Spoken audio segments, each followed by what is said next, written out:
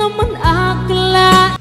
Narito tayo ngayon upang matunghayan ang napakainit, nagbabaga at talaga namang usap-usapan at maraming pinaka-inaabangan na issue ni Ate Erica. Sa pagpapatuloy ng ating istorya ay sinasabi nga ni Kalingap Val Santos Matubang na ang mga tao daw at ang mga Kalingap Angels o mga tao na tutulungan ng Kalingap ay sagana daw talaga yan sa tulong. Kung hindi man sa pera ay sa mga pagkain at package na pinapadala ng mga sumusuporta sa kanila dahil din sa pag-vlog sa kanila ng Kalingap. Kanay, may iyo ka na. Ano napakaswerte mo naman? Mayroon ka ng monthly allowance, may pabigas, may papackage, tapos may iyo na?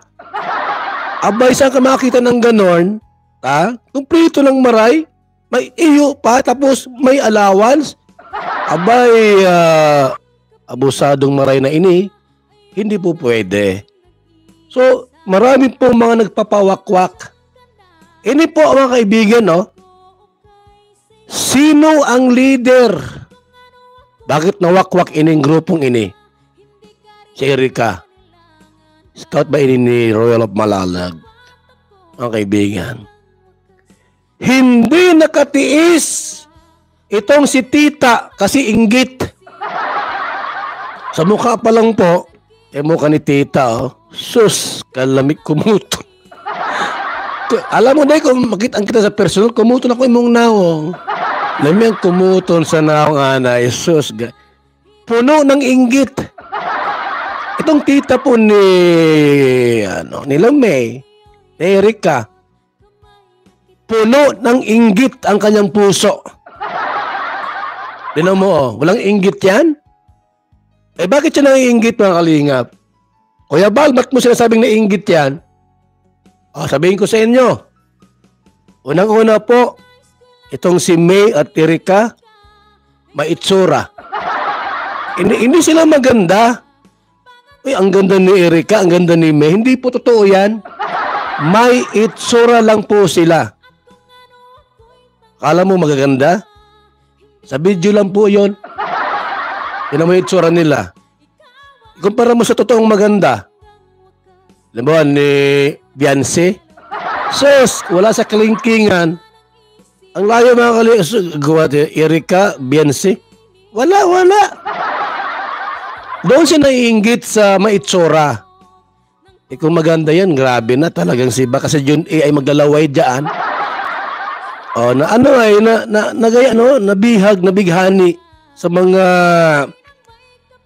salitang kaakit-akit. Baka ito pinangakuan mo kay. Baka mo lang ito nagbibidyo ko. Sa pagpapatuloy nga ay inihambing pa ni Kalingap Val Santos Matubang si Ate Erica kay Viancy. Si Ate Erica kasi ang dating ka-love team ni Kuya Edu. Ngunit ngayon, ang ka-love team na ni Kuya Edu ay si Viancy na sapagkat umalis nga si Ate Erica sa poder ng Kalingap. Nakikita nga daw na ang tunay na maganda ay si Viancy. Pero si Ate Erica naman ay may itsura naman daw talaga.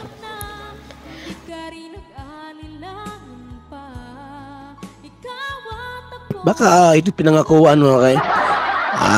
Baka mo lang ito nagbibidyo call baga. Hindi mo alam nagbibidyo call ini.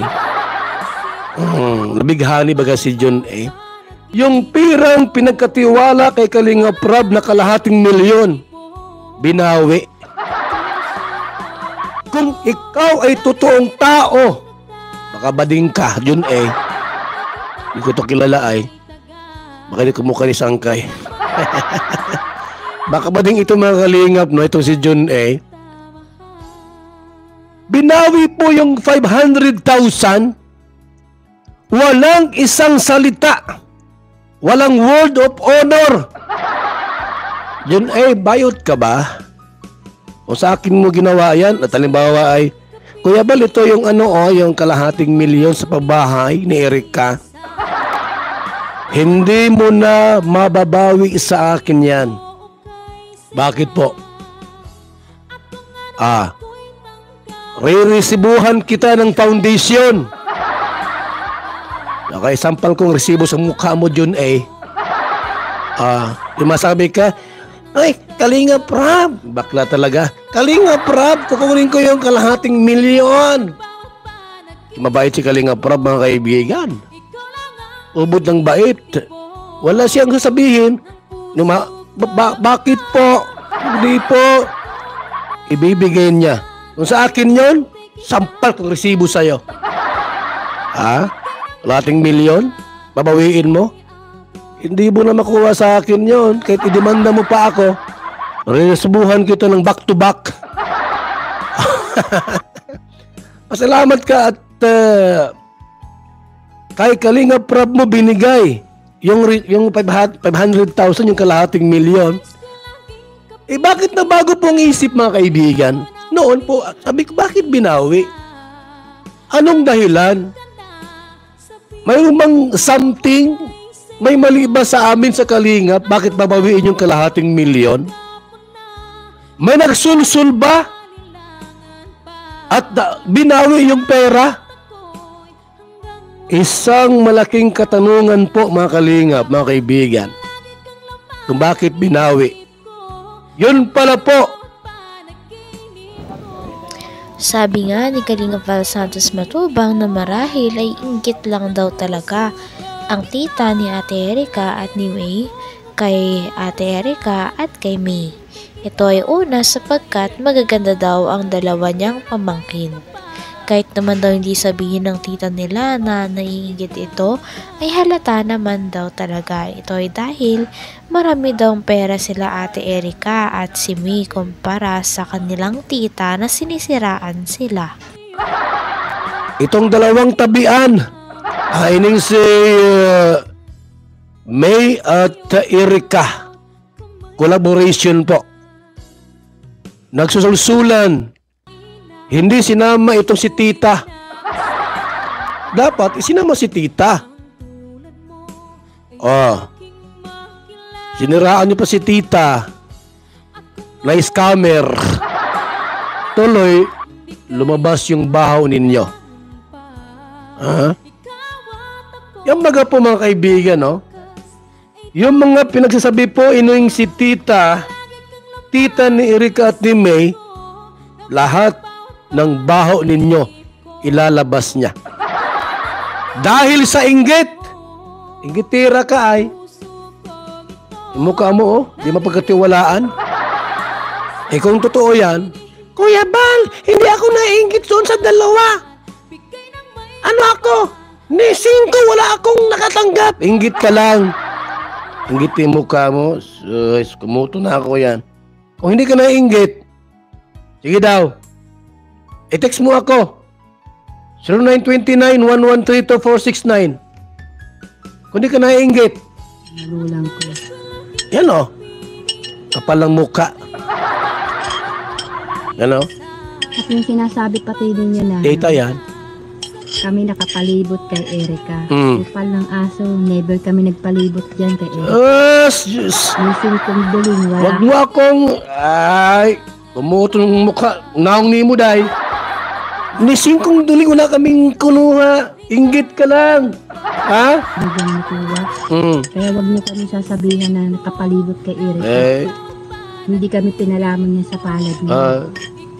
Kaya wag na wag niyo yung sasabihin niya. Dahil umpisa pa nang makuha si Erica na ma-vlog yan si Erica, sama-sama kami dito. Sino ang nagagastos ng gastusin sa bahay? Sino ang nagpapakain sa kanila nung wala pa sila? Sino?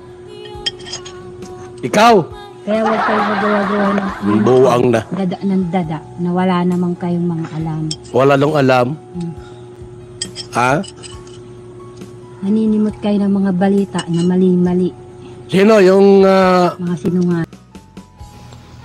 Hanggang dito na lamang muna ang ating napakainit, nagbabaga, pinakainaabangan at usap-usapan na latest issue ni Ate Erica. Maraming salamat sa inyong panonood. Hanggang sa muli. Bye!